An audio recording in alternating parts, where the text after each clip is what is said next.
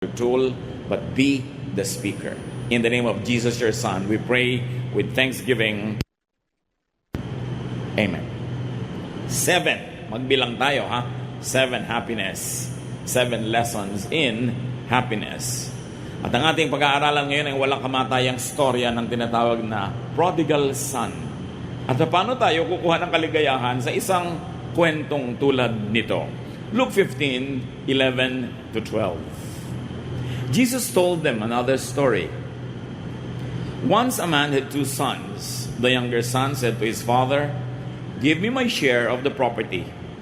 So the father divided his property between his 2 sons. Ang naging usual na paningin agad sa kwentong ito ay masamain yung ginawa nitong mas nakababatang anak. At laging siya ang kontrabida sa kwento. But he only asked for what was legally his. Well, we may feel some discomfort about him asking for his inheritance, but in the laws of Israel, children really had inheritance, and that was lawful. So he only asked what was lawful. He did not ask for his other brother's inheritance. He did not ask for his father's whole estate, only his part. And the father, you will notice, did not problematize this act of the son. Pag nagbabasa po tayo ng scripture, let's stick to the text. And the text never tells us na minasama nung ama na hiningi ng anak yung kanyang parte sa kanyang mana. So far, so good. Hiningi ng anak ang kanyang parte, ibinigay naman ng ama. No judgment there because the text does not pass judgment. Luke 15:13 to 14. Not long after that, the younger son packed up everything he owned and left for a foreign country, where he wasted all his money in wild living. He had spent everything when a bad famine spread through the whole land. Soon, he had nothing to eat. Pwede naman nakuhanin yung mana, invest, o ilagay sa bank, itago. Maraming pwedeng gawin. Ang piniling gawin nitong anak na ito, ilustayin yung pera niya. At hindi lang basta lustayin, it was not a bad business decision, it was not a bad investment in wild living. Kung ano man ang kahulugan ng wild living nung araw na yon. Pero may isa na agad na lesson in happiness here na madalas hindi natin nakikita bilang mga anak ng Diyos. Kasi dinidemonize agad natin yung ginawa ng anak. The first lesson here is to enjoy. Enjoy your birthright, your inheritance. Enjoy your resources. And enjoy your time. Hindi natin ginaglamorize, ginagawang modelo yung ginawa ng anak. Pero, ba't kaya ikinwento ni Jesus ang kwentong ito? Surely, these stories, these characters, symbolize deeper meanings in life. But first of all, withholding judgment for or against the son, what he did was to enjoy. Ang pag-enjoy lang sabi, wild living, and he wasted all his money. But nevertheless, nobody can deny the fact that he had fun. He had enjoyment. And no one in the story condemned this man so far. The younger son knew his father and trusted him completely.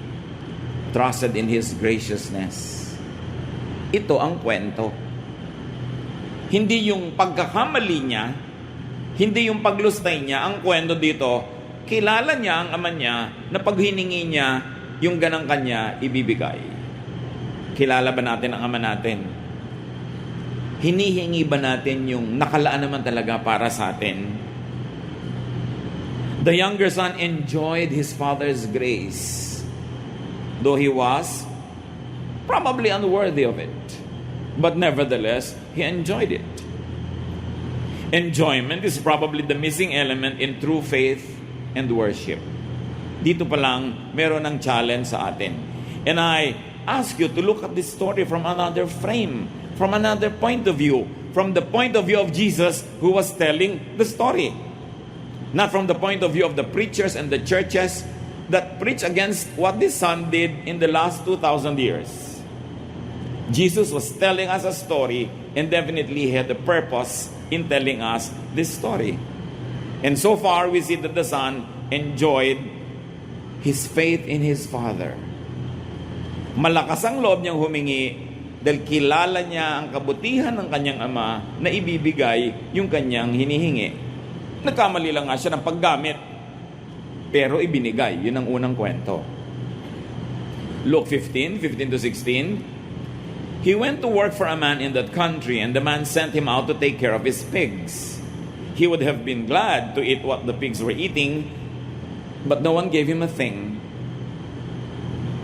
So matapos niyang lustayin ang kanyang kabuhayan, nagkaroon pa naman ng taghirap doon sa lugar na kanyang pinuntahan, nawala ng pagkain, kasi usually nun, pag nagka-drought, pag nagka-gyera, pag nagkaroon ng mga economic dislocations, nahihirapan ng mga tao at nadamay siya doon. Sana yung pera mo can be a shield against such crisis, such calamities. But he no longer had that shield. He was broke. Natulad na lang siya sa mga karaniwan. Pero ang kwento ay ito. Mula sa bahay ng kanyang ama, ngayon ay nakisilong siya sa ibang bahay ng isang ngayon ay maituturing nating naging bagong ama niya sa kanyang kalagayan, yung kanyang employer, yung kanyang pinasukan. Now he was under the shadow of this house, this household, and this man's authority. At kitang-kita natin agad ang pagkakaiba ng dalawang tatay na ito. Yung tatay na nagbigay sa kanya ng hiningi niya, at itong tatay na to na nagtatrabaho na siya, hindi pa siya sinusweldohan ng tama. Ginugutom pa rin siya. Agad-agad merong ibig sabihin sa buhay natin. Minsan umaalis tayo sa grasya ng Diyos at lumilipat tayo sa kung sino mang papa o mama o kung sino mang taong sinamahan natin, hindi naman tayo ay naalagaan.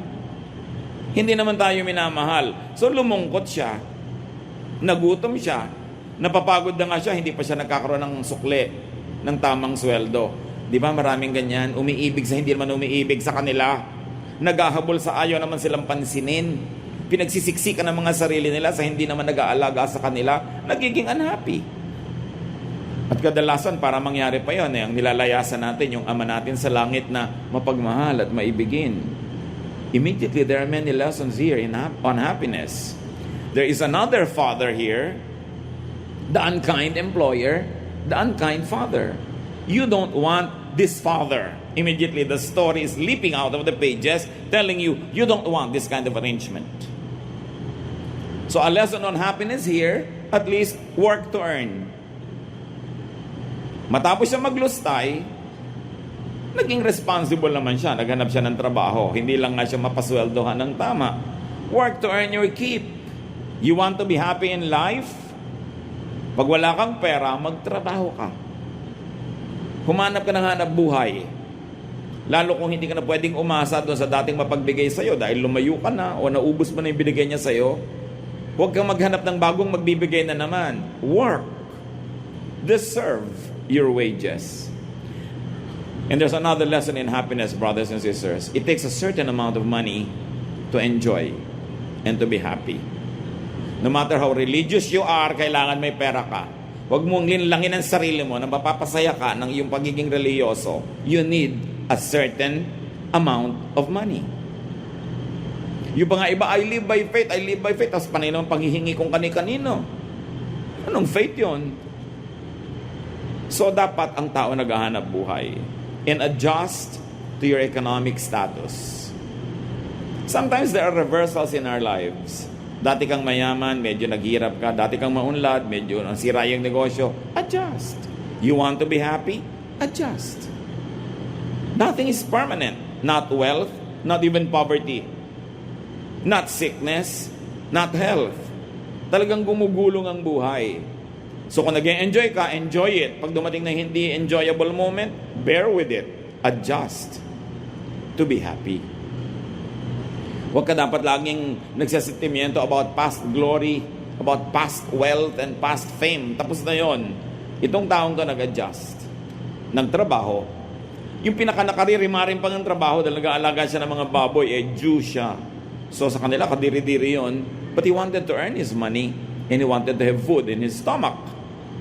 Pero yung paman, kulang ang ibinabayad sa kanya. Ang storya dito, na laging pinaggigigilan ng iba, yung pagkakamali niya. I'll rather that the story is a comparison between two fathers. Two authorities. Two sources of blessings. Luke 15:17 to 19. Finally, he came to his senses and said, "My father's workers have plenty to eat, and here I am, starving to death. I will go to my father and say to him, 'Father, I have sinned against God in heaven and against you.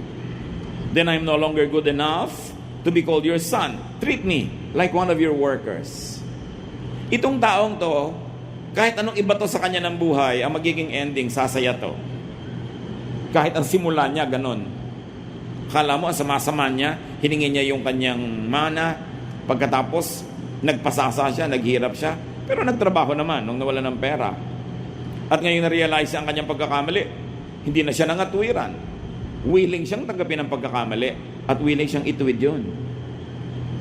Sabi niya, uuwi nga ako sa tatay ko, mas mabuti pa doon. Kahit itrato ako doon katulong, total katulong din lang ako dito, doon na lang, mas masagana pa.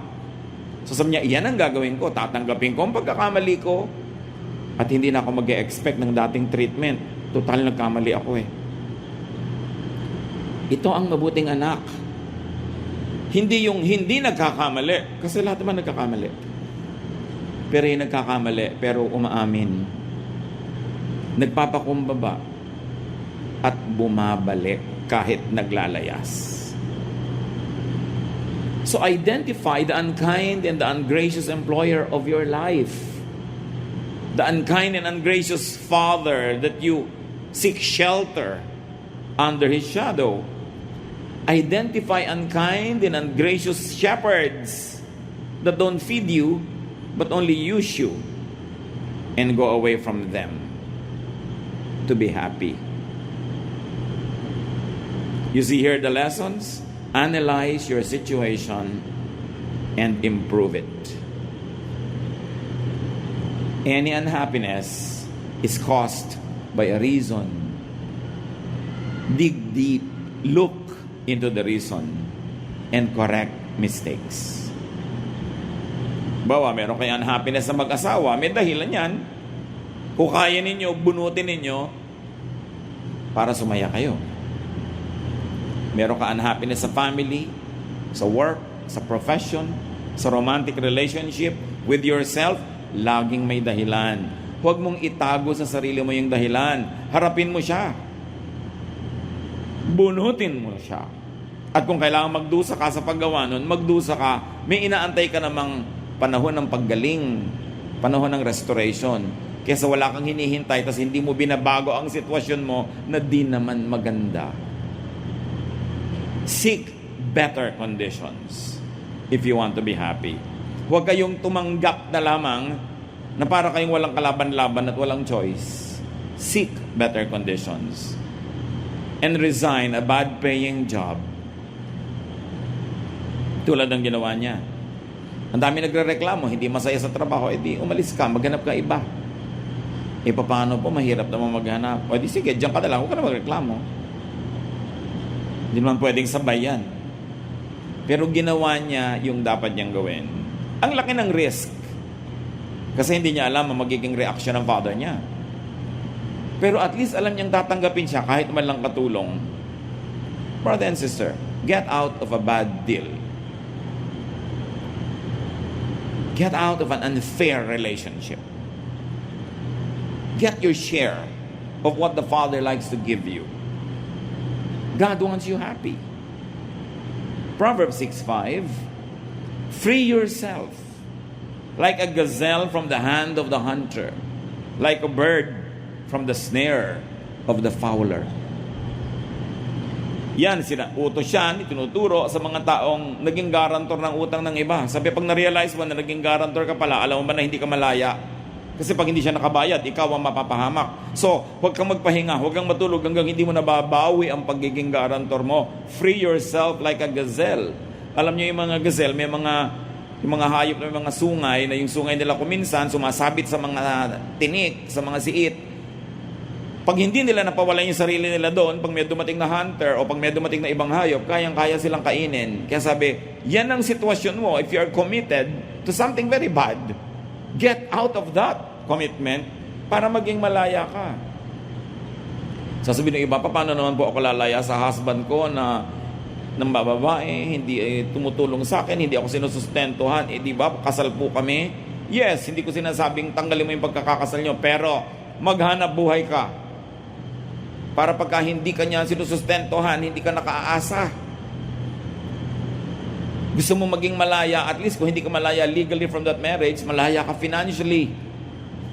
Hindi yung kahit ano na lang ang ibato sa'yo, tatanggapin mo dahil wala kang hanap buhay. Kailangan maghanap buhay ang tao. Tulad ng ginawa nitong lalaking ito, kahit taga-alaga ng baboy, kailangan meron siyang kitain para siya may kainin. Some people get into very bad marriages, really. But what do? At least you minimize the impact of a bad relationship. At least be economically independent. Gumawa ka ng paraan, hindi madali. Pero lalong mahirap na umaasa ka, alam mong harap-harapan na hindi ka na iginagalang, wala ka lang magawa dahil economically dependent ka. So, learn from this man. It was difficult, but earn your keep and free yourself. Back to the story. Luke 15:20. The younger son got up and started back to his father. But then when he was still a long way off, his father saw him and felt sorry for him. He ran to his son and hugged and kissed him. Ine-expect niya siguro pagagalitan siya. Ang istorya talaga dito, hindi yung anak, hindi yung pagkakamali niya. Ang kwento dito tungkol doon sa ama. Kung anong uri ng ama siya. Dahil siya yung ama natin sa langit, only represented in the story by this father. So, lesson on happiness: love those you love in spite of their antics. Learn from this father. Alam niya, hindi naman napakaganda ng ginawa ng anak niya. Nadagdagan pa ng pagkakamali, nadagdagan pa ng failure. Pero nung umuwi, ang una niya isinalubong, love. Hindi sermon. Alam niyo yung umuuwi, nagpapakumbaba, tumatanggap ng pagkakamali. Sermon ang pinakahuling kailangan nun. Dahil yung pag-uwi lang niya, pagpapakumbaba niya, daig pa niya ang nasermonan mula ulo hanggang paa. Hindi na kailangan ng additional sermon. Love your children. Love your wife. Love your husband. Love whoever needs your love. Love especially your family. And express that love. Hindi yung naaawa ka na, ayaw mo pang ipahalata dahil tinuturuan mo siya ng leksyon. Itong example na to ng tatay na ang supreme example, because this is God being represented. Do not withhold love. Kumisan sa pagmamatigas mo, sa kagustuhan mo magturo ng leksyon, nagtitigas-tigasan ka, pero actually, naaawa ka rin naman, gusto mong mahalin. Mahalin mo na lang. Yun ang kwento ni Jesus. It is love that empowers. It is love that lifts us up. And it is the Father's love that gives us the security that we all need. Nagulat siguro yung anak. Niyakap siya, amoy baboy siya. Gusgusin. Umalis siguro ang gwapo-gwapo, pagbalik niya, yagit na yagit ang dating. Ang salubong ng ama, yakap. Hindi, ano? Diba? Ganun usually ang gusto mong salubong. Luke 15:21. The son said, Father, I have sinned against God in heaven and against you. I am no longer good enough to be called your son. Realistic tong anak. Sinasabi niya, hindi na po ako bagay sa kanyang treatment. Kahit katulong na lang, ipagpapasalamat ko na. Deserve ko naman eh. So, lesson on happiness, be humble to those that you offend, to those that you wrong, especially to those that you hurt. Hindi ikaw na nga nagkamali, ikaw pa itong matapang. Ito pa itong nagtatapang-tapangan, ikaw pa itong galit. Accept the fruit of your deeds. Naku, ikaw ay anak, nagkamali, grounded ka, tanggapin mo. Nagkamali ka eh. Willing na willing siyang tanggapin na maging katulong na lang siya. Meron kasing lesson dito on happiness. To be happy, you need to be forgiven. Hindi ka sasaya talaga kahit ka magpanggap, kahit maganda yung damit mo, kahit may pera ka, masarap ang kinakain mo. Kung alam mo na may ginawang ka ng mali at hindi ka humihingi ng tawad, ikaw na mismo, yung budhi mo na mismo ang magtatanggal sa'yo ng kaligayahan. You can be noisy, you can be loud, but you can never really be happy because you need to be forgiven. Relationships have to be stored for people to be happy. To be happy, you need to be restored. So huwag magmatigas, huwag mabuhay sa mali. Basta naggising, nagkaroon ng kaliwanagan agad, natauhan, tanggapin agad, bumalik, magpakumbaba. What did we get from the Son? A self-confession. It was not extracted or forced from Him. Hindi na natin kailangang pilipitin ang taong tumatanggap na nga ng mali. Kuminsan, hindi naman malakas ang loob na magsabing diretsyong I'm sorry, pero dinalang ka naman ng pakwan, yun na yun. Ginawang ka ng kape, inalo kang kumain, yun na yun, kunin mo na lang yung essence, huwag mo na siyang antaying lumuhod pa, magsabi pa ng I'm sorry. Marami namang paraan ng pagsasabi nun eh. At hindi lahat ng tao kayang diretsahan na sabihin yun. Meron silang ibang paraan ng pagpapahiwatig. Appreciatein na natin yon. At padaliin natin para sa kanila ang paghingi ng tawad. Huwag na tayong masyadong maging unreachable. Para pare-parehong masaya. Because to be happy, you not only need to be forgiven when you are the wrongdoer, you need to forgive. Bawat galit mo, lalo sa mahal mo sa buhay, nagpapalungkot yun sa'yo. At kung minsan, hindi mo yun masyadong nare-realize, hindi mo lang alam kung ba't hindi ka masaya, bakit may kulang, ang kulang pala pagpapatawad. Remember, nagpatawad yung ama kahit hindi humihingi ng tawad yung anak. Matalinong ama. Paano nga naman kung paglapit hindi naman humingi ng tawad? Alam ba naman ng ama yung purpose ng anak sa pagbalik? Bumalik na gusgusin, bumalik na mabaho. Paano ka sasabihin pala nun? Dagdagan niyo pa yung binigay niyo sa akin.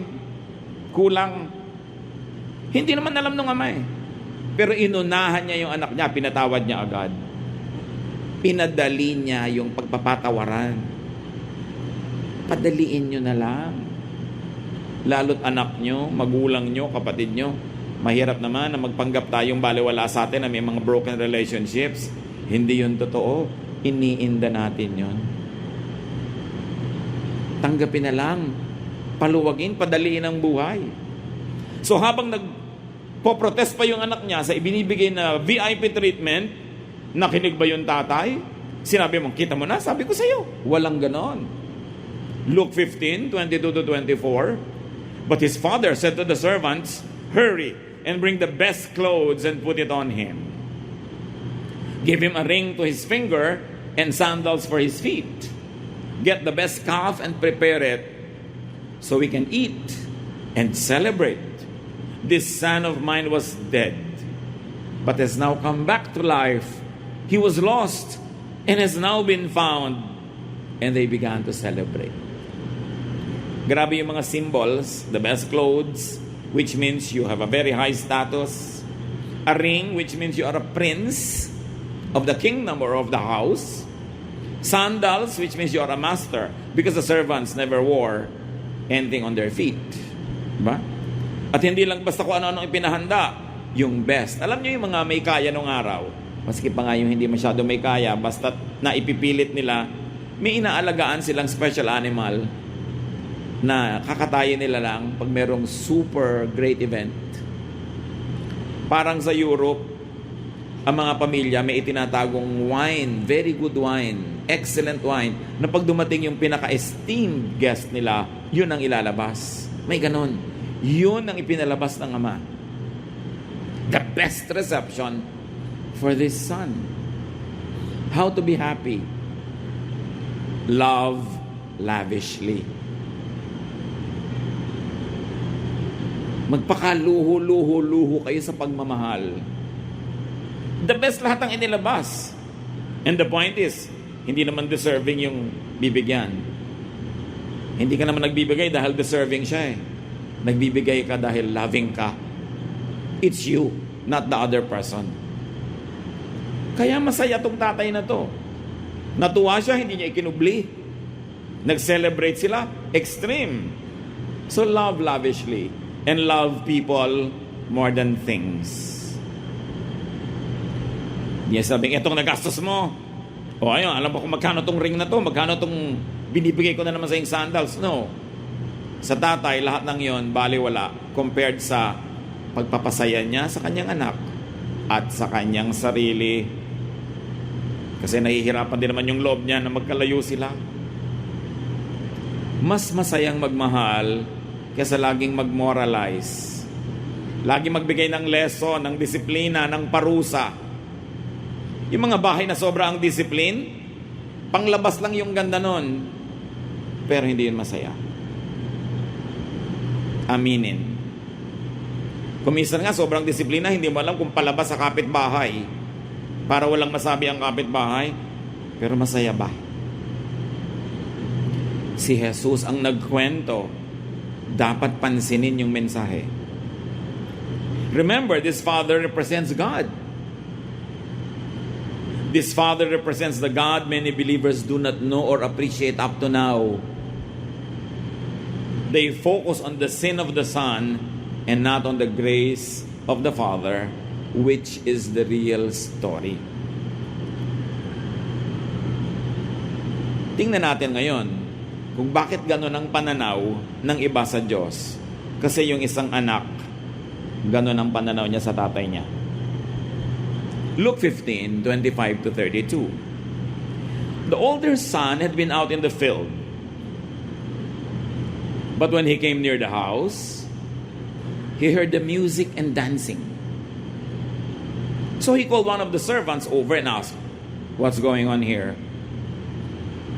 The servant answered, "Your brother has come home safe and sound, and your father ordered us to kill the best calf." The older brother got so angry, and he would not even go into the house. His father came out and begged him to go in.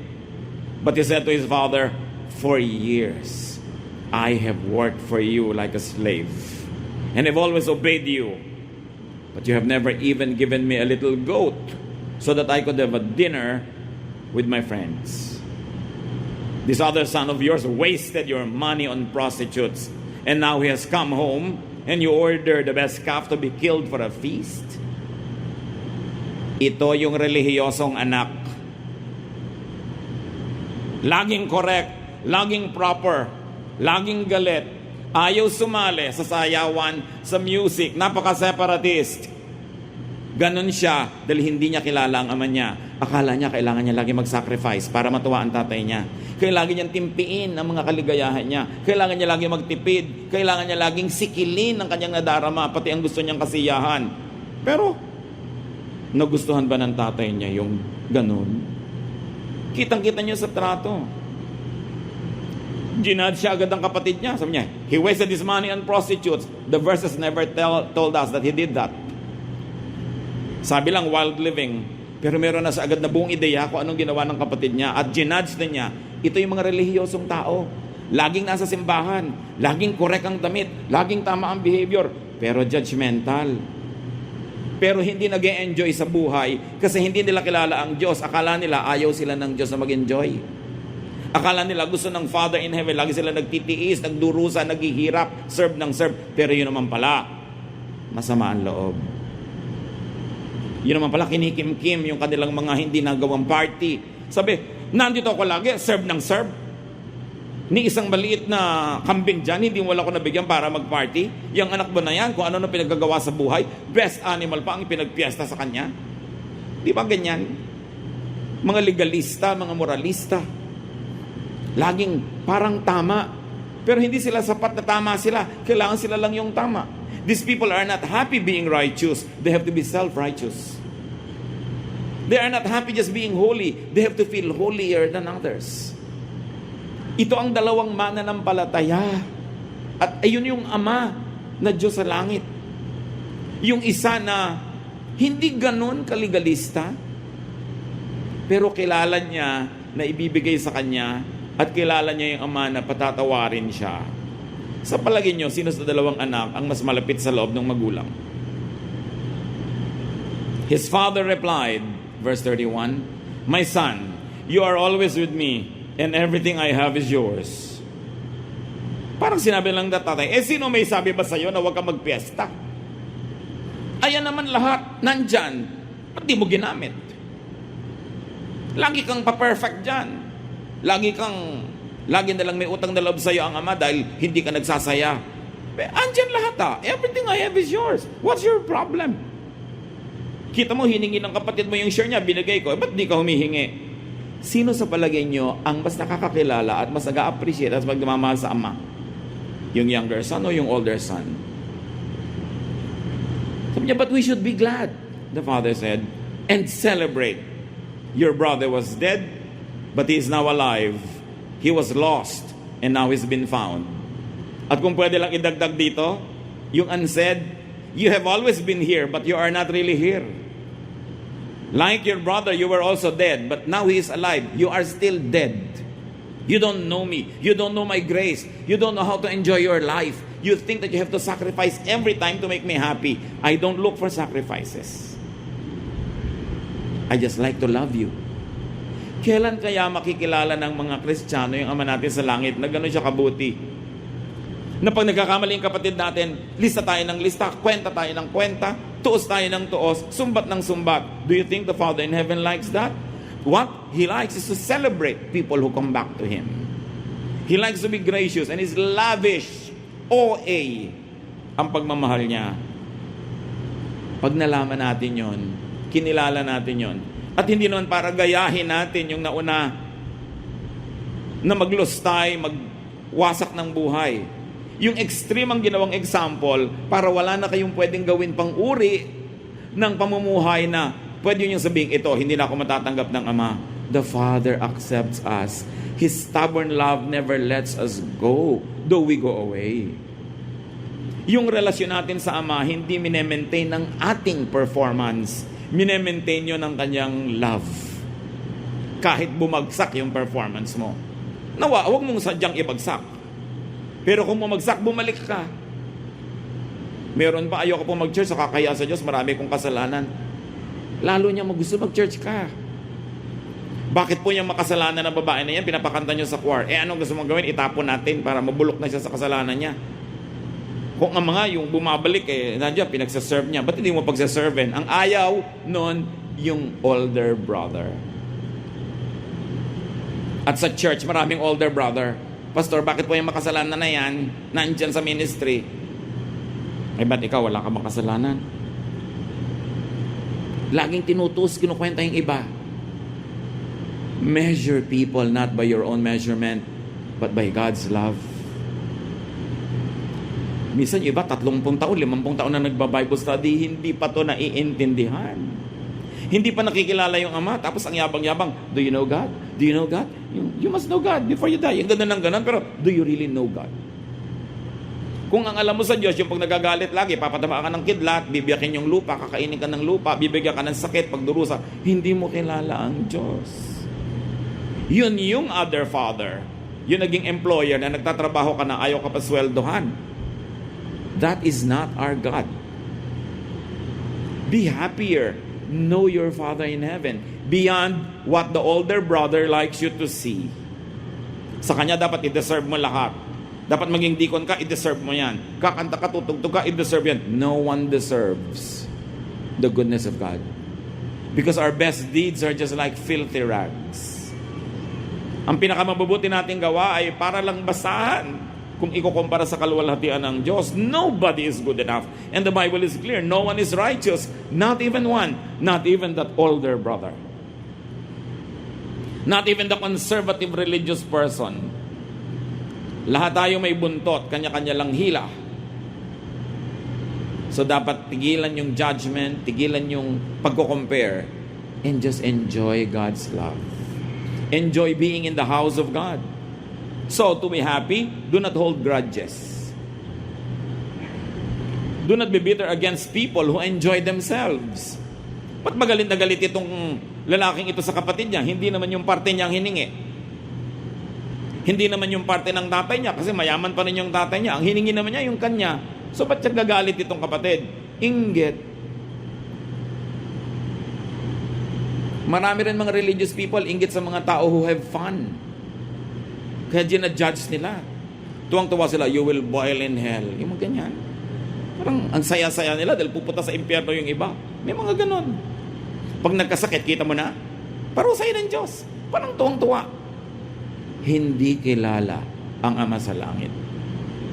To be happy, brothers and sisters, do what is good, but do not sacrifice needlessly. God is not impressed with sacrifices. God is impressed with humility, with a broken and contrite heart. Hindi nagmamalaki, tumatanggap ng mga kamalian. And a great lesson here is to get and have your own fun and happiness. Hindi tulad nitong isang older brother, meron namang resources, hindi nag-enjoy. Siya patuloy na sa pagsabihan, bakit? Andito ka naman everything I have is yours. Sino ba may sabing, huwag kang mag-party? Enjoy your privileges. And as children of God, we have a lot. Do not imitate the excesses of the younger son, of course. But remember, the father did not raise an issue against the younger son. Kahit ano pang ginawa ng anak na yon, hindi niya kayang ubusin yung pagmamahal at kayamanan ng kanyang Ama sa Langit. Si Jesus ang nagkukwento, anong uri ng Ama sa Langit ang gusto ni Jesus na makilala natin? Yung amang mabait, mapagbigay, mapagpatawad. The younger son actually had his cake and ate it too. Mapalad kasi mabait ang magulang. Hindi dahil deserve niya. This is the Father's grace. And this is the story. The story is not the mistake of the younger son. The story is the endless love of the Father. Focus on that. And the lesson is of course for fathers to be gracious. Mga ama ng tahanan, be gracious with your love and express it. Hindi ko mo tatay, parang nabawasan yung pagkamacho mo, pagkalalaki mo kung mabait ka. Ito yung supreme example. The lesson is for fathers to be gracious, not for younger sons to be abusive. Don't get that wrong. What he did was wrong, but that's not the story. Because it's not a story, because all of us do wrong. So what's the story there? Nothing special. Everyone is a sinner. Everyone has mistakes. But the story is that the Father never lets go. The lesson is for fathers to be gracious, not for older sons to sacrifice, then bear grudges. Meron pa nga dyan. 5 taon na ako nagsaserve dito. Serve ako ng serve sa church. Pagkatapos nang namatay ang asawa ko, di ko kayo nakita. Di ba? Parang, I deserve it because I served. It's our privilege to serve God. And if people can be nice to us, if they have the time, if they have the opportunity, good. But if they don't have that, wala kaya tayo.